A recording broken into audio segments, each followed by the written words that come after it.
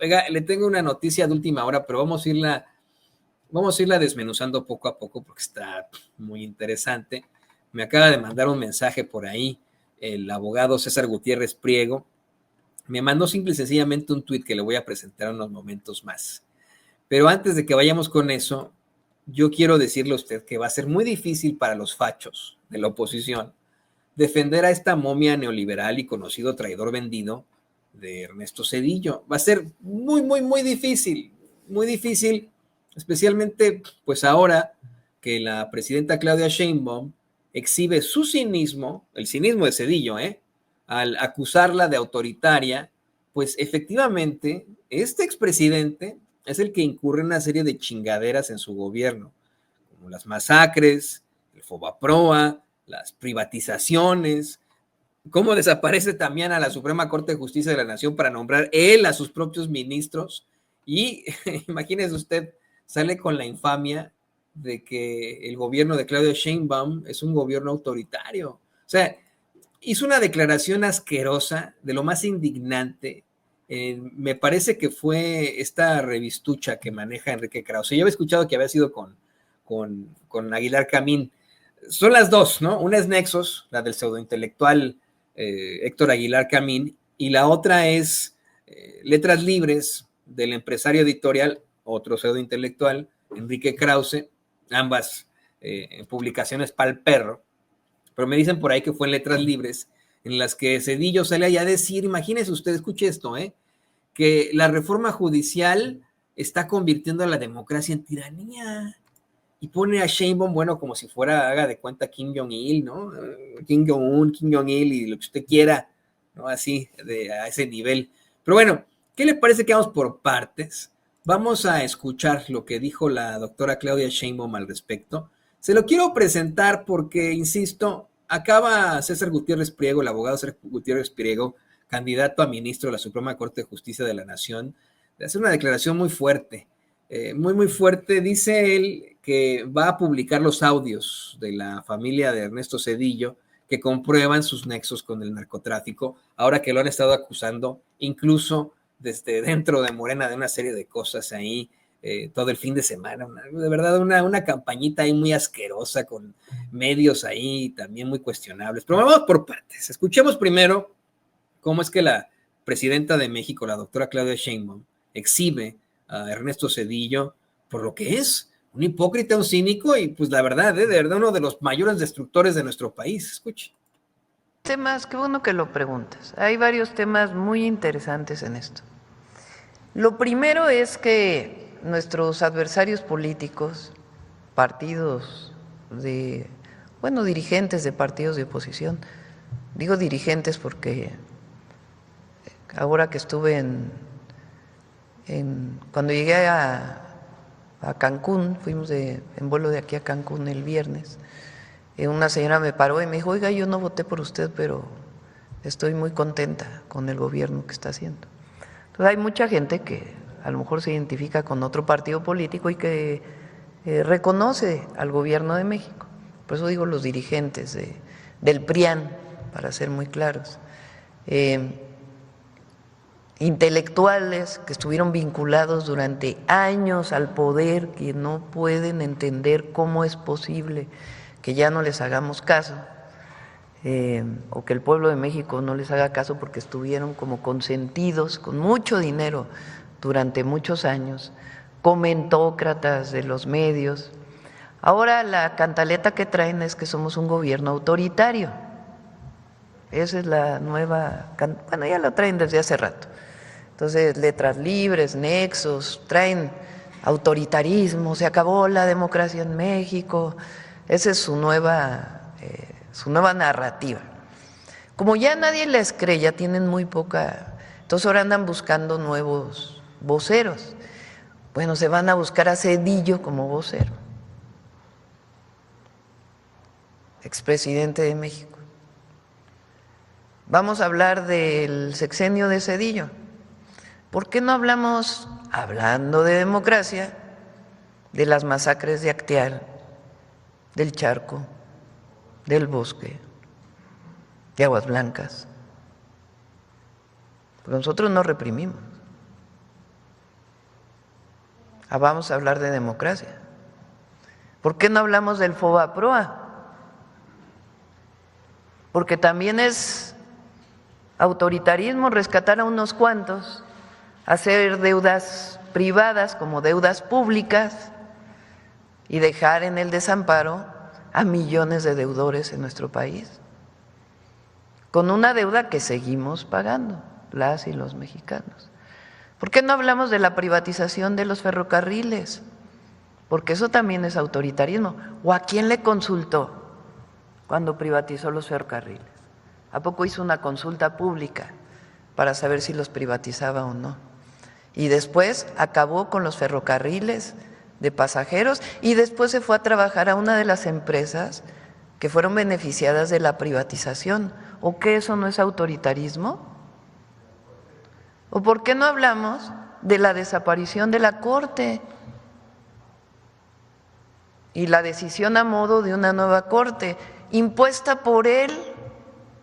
Porque él propuso a cada ministro y ministra de la Corte, ministros, porque eran hombres, de aquella época. ¿O por qué no hablamos del Consejo de la Judicatura, que estaba dirigido por la misma persona, presidenta de la Corte? ¿O qué, eso no es autoritarismo? ¿O por qué no hablamos de lo que dice la Bastida? ¿De qué le entregó al PAN a petición del gobierno de Estados Unidos el gobierno de México? ¿O que eso no es autoritarismo? ¿Eso no es entreguismo?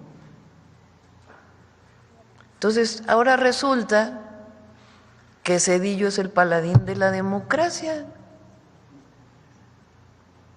Lo bueno es que el pueblo de México está muy informado, muy informado.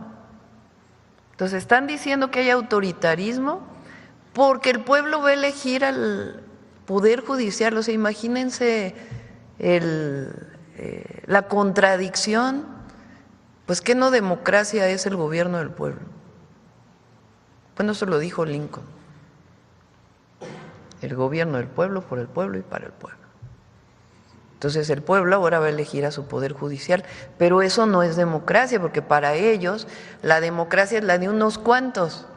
El pueblo no es sabio, el pueblo no conoce, el pueblo no puede decidir quién va a ser su ministro, porque imagínense que un pobre vote. No, eso no es democracia. O sea, se regresaron al tiempo ancestral.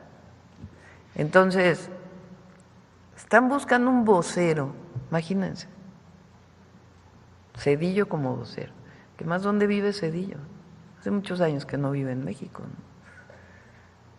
Digo por ser expresidente, porque bueno, como decimos, hay muchos mexicanos que no viven en México, pero él tomó la decisión de ya no vivir en nuestro país, como muchos otros expresidentes. Entonces, tan es así que mire, hasta todas las entrevistas que le hacen son en inglés, un inglés también medio chafonzón, ¿no?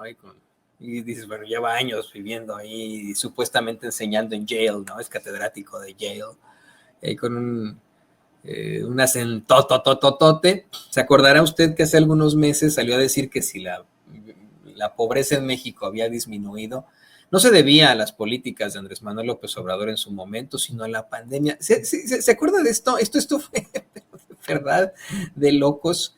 Y se lo quiero presentar, insisto, antes de que le lea el tuit del querido César Gutiérrez Priego. Lo digo con todas sus letras. Querido César Gutiérrez Priego, en definitiva, quien está enfrentándose a un ataque, pues ahora que es el candidato con mayor popularidad rumbo a la Suprema Corte de Justicia de la Nación. Pero mire, esto son unas declaraciones de archivo. Escuche usted al Ernesto Zedillo de hoy en día. I hear some of my friends saying, yes, that's very significantly explained by the increase of income that families have had because of remittances from the US. And the question is whether we want to depend on remittances to reduce poverty in Mexico.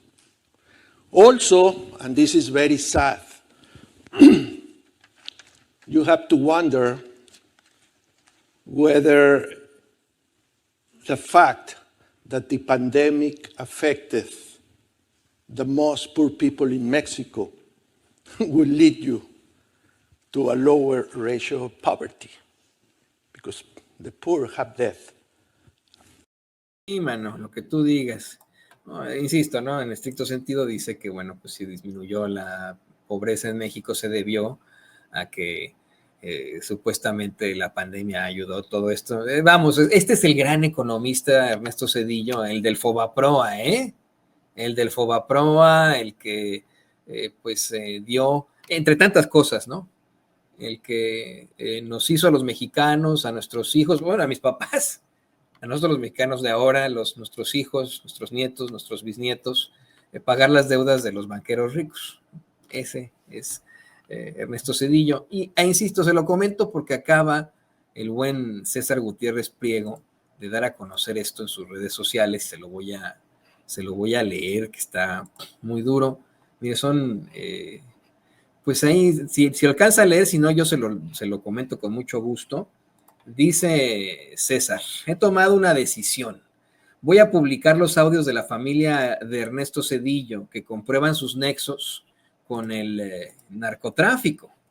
En estos últimos días, mi candidatura como ministro de la Suprema Corte de Justicia de la Nación ha despertado la ira de los conservadores y corruptos que no quieren que el poder judicial cambie.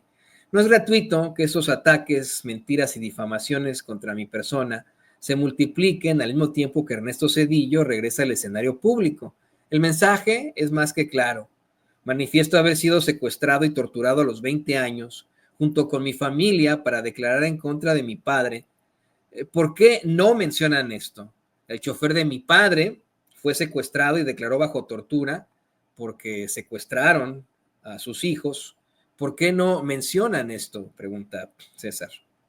Ahora voy a hacerlo público. Dice, voy a hacer público el último regalo que me dio mi padre, los cassettes de grabación en donde la esposa del presidente de la República sostiene conversaciones con narcotraficantes.